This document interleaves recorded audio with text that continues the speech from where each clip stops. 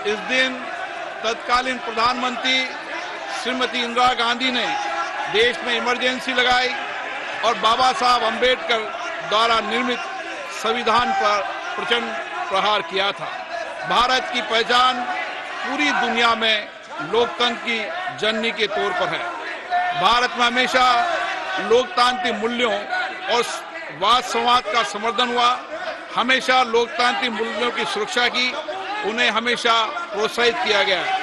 ऐसे भारत पर श्रीमती इंदिरा गांधी द्वारा तानाशाही थोप दी गई, भारत के लोकतांत्रिक मूल्यों को कुचला गया और अभिव्यक्ति की आजादी का गला घोटा गया।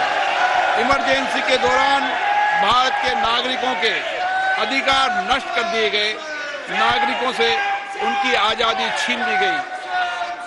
ये वह दौर था जब विपक्षी नेताओं को जेल में बंद कर दिया गया, पूरे देश को जेल खाना बना दिया गया।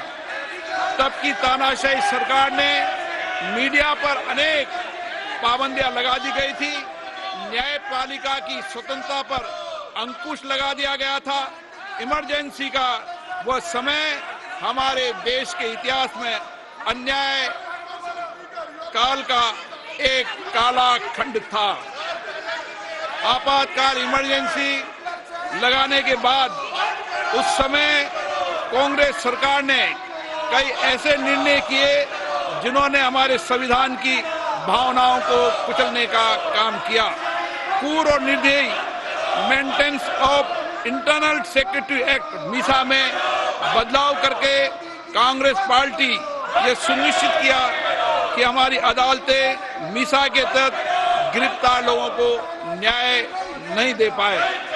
मीडिया को सच लिखने से रोकने के लिए पार्लियामेंट प्रेसिडेंटी protection of publication repeal act, press council repeal act और prevention of publication of objectionable matter act लाए गए।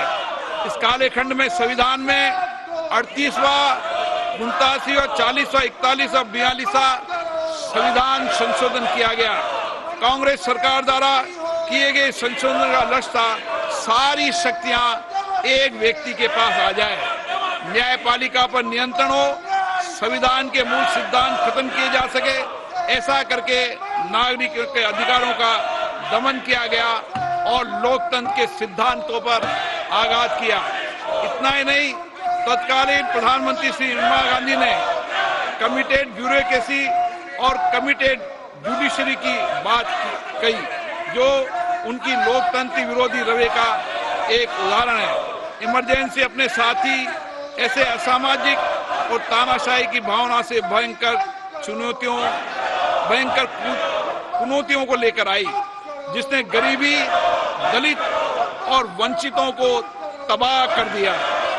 इमरजेंसी के दौरान लोगों को कांग्रेस सरकार द्वारा जबरन थोपी गई अनिवार्य नसबंदी का, शहरों में अतिक्रमण हटाने के नाम पर मनमानी का और सरकार की कुनीतियों का प्रहार झेलना पड़ा।